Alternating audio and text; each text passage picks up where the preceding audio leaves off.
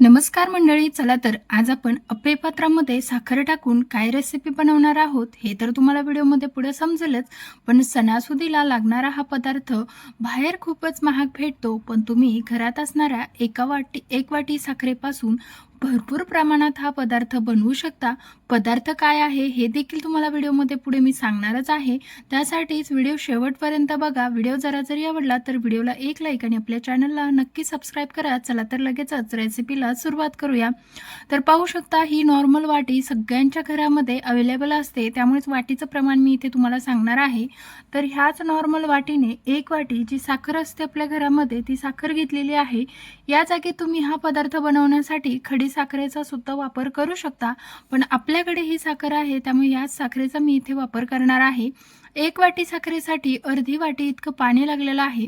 तर पहा, साखरेला पाणी कसं टाकायचं आहे, तर साखर ओली होईल इतकंच पाणी टाकायचं, पण एक वाटीसाठी अर्धी वाटी साखर ओली होण्यासाठी मला इथे पाणी लागलेलं आहे. त्यानंतर आपल्याला आता ही साखर पूर्णपणे या पाण्यामध्ये विरघळवून घ्यायची आहे.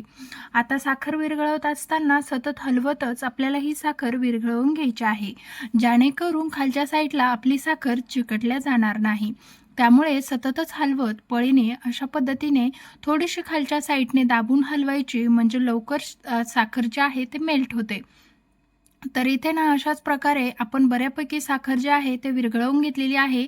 मोठी इथे उकळी आलेली आहे आणि बऱ्यापैकी आता 2-3 मिनिटे झालेली आहेत. शिजवत आहे मी साखर आणि छान अशी 2-4 मिनिटांमध्येच हा पदार्थ बनवण्यासाठीचा आपला हा पाक तयार होतो.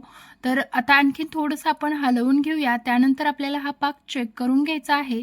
तर सतत हलवत राहायचं आहे. कुठेही आपल्याला हलवणं बंद करायचं नाही.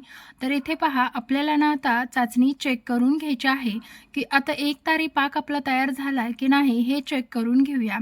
तर पहा इथे ना, आज तुम्हाला थोडंसं आता मी जवळून दाखवत आहे. तर पहा, एक तारी पाक आपला इथे तयार झालेला आहे. अगदी तार वरतीपर्यंत जात आहे. तर अशा प्रकारे आपल्याला हा पाक बनवून घ्यायचा आहे. तार कुठेही तुटायला नको. तर एक तारी पाक आपला तयार झालेला आहे. आता या पाकाचं काय करायचं हे तुम्हाला मी पुढे सांगतेच. आता कढई उतरून घेतली. इथे ठेवलेलं आहे अप्पे पात्र. आता ह्या अप्पे पात्राला आपल्याला थोडं-थोडं तूप लावून घ्यायचं आहे. इथे तुपाऐवजी तुम्ही ना तेलाचा देखील वापर करू शकता. त्यामुळे असं काही नाही की ते तूपच लागणार आहे. त्यामुळे ना थोडं-थोडं तेल देखील लावू शकता. फक्त आपल्याला अप्पे पात्राला चोपडं चटचटीत करून घ्यायचं आहे. इथे आपल्याला जास्त प्रमाणात तूप देखील वापरायची आवश्यकता नाही. उलट आपल्याला इथे ग्रीस करून झाल्याच्या नंतर जर काही जास्त प्रमाणात तूप असेल तर ते तूप देखील आपल्याला काढून घ्यायचं आहे. कारण इथे फक्त आपल्याला याला ग्रीस यासाठी करायचा आहे, कारण आपण जो पदार्थ यामध्ये बनवणार आहोत तो अगदी सहज निघून येईल. यासाठी आपल्याला हे तुपाने ग्रीस करून घ्यायचं आहे. तर अशा प्रकारे ग्रीस करून घेतलंय. एक्स्ट्राचं तूप त्याच आपल्याला जो आपला चमचा आहे त्यानेच काढून घ्यायचा आहे. त्यानंतर जो गजरा बनवण्यासाठी किंवा घरामध्ये आपल्याला वटपौर्णिमेसाठीचा दोरा लागतो, तो दोरा घ्यायचा आहे. त्यानंतर आपल्याला तो दोरा अशा पद्धतीने ठेवून घ्यायचा आहे. तर पहा, प्रत्येक अप्पे पात्रामध्ये असा दोरा आपल्याला हा टाकून घ्यायचा आहे.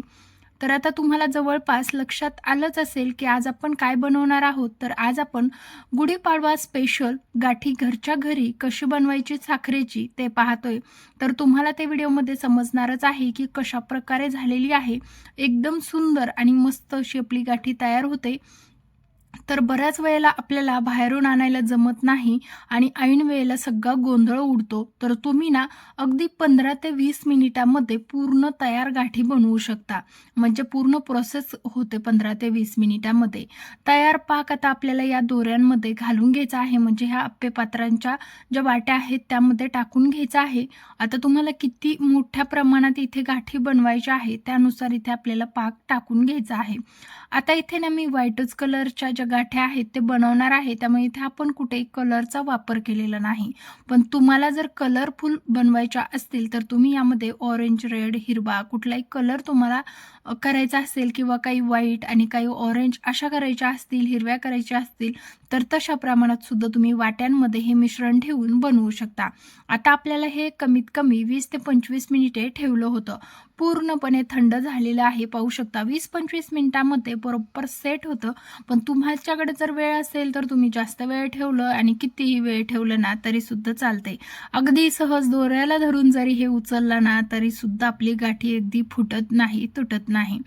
आणि पहा आता इथे ना मला सुरुवातीला खरं तर भीती वाटत होती, की बाबा तुटते की काय?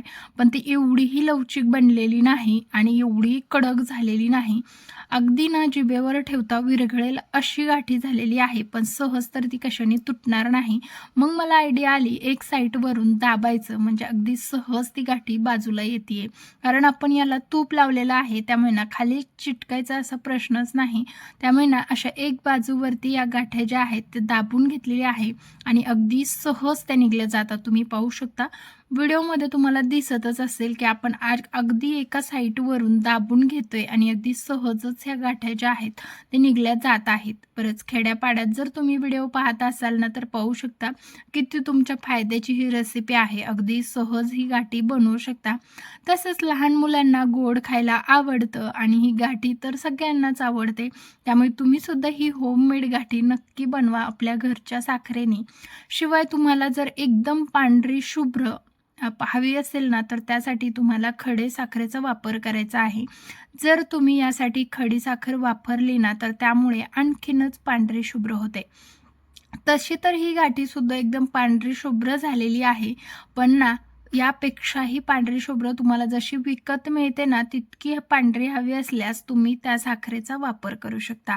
पण मला तर ही गाठी खूपच आवडली, प्रचंड आवडली आणि परफेक्ट अशी गाठी तयार झालेली आहे. पाहू शकता अतिशय सुंदर अशी आपली इथे गाठी तयार झालेली आहे. त्यामुळे आपण एखादा पदार्थ बनवला आणि तो परफेक्ट जमला ना तर तुम्हाला सांगायला सुद्धा खूपच छान वाटतं. त्यामुळे खात्रीने सांगते तुम्ही देखील या गुढीपाडव्याला नक्की अशा पद्धतीने ही गाठी बनवून पहा आणि तुमची गाठी परफेक्ट झाली की नाही या व्हिडिओच्या खाली येऊन कमेंट करून सांगायला मात्र विसरू नका. तर इथे मी तुम्हाला एक गाठी जी आहे ना ते तोडून दाखवते. अतिशय सुंदर आणि खुसखुशीत अशी गाठी झालेली आहे आणि आपल्याला जेवढ्या प्रमाणात मोडायचे आहे तेवढ्या प्रमाणातच मोडल्या जाते. तर इथे थोडेसे दोऱ्याचे केस लागले मोडत असताना. तर पाहू शकता अतिशय रसरशीत अशी आपली ही मस्त अशी साखरेची गोड गाठी तयार झालेली आहे.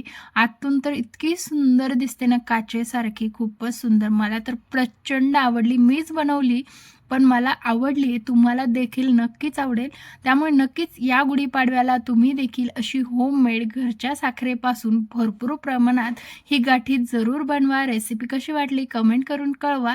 तसंच रेसिपी आवडली असल्यास लाईक, शेअर आणि सबस्क्राईब करा. तसंच जाता जाता कुठल्या शहरातून किंवा गावातून ही रेसिपी पाहिली ते देखील मला कमेंटद्वारे जरूर कळवा. चला तर भेटूया नवीन एका रेसिपीसह. तोपर्यंत धन्यवाद.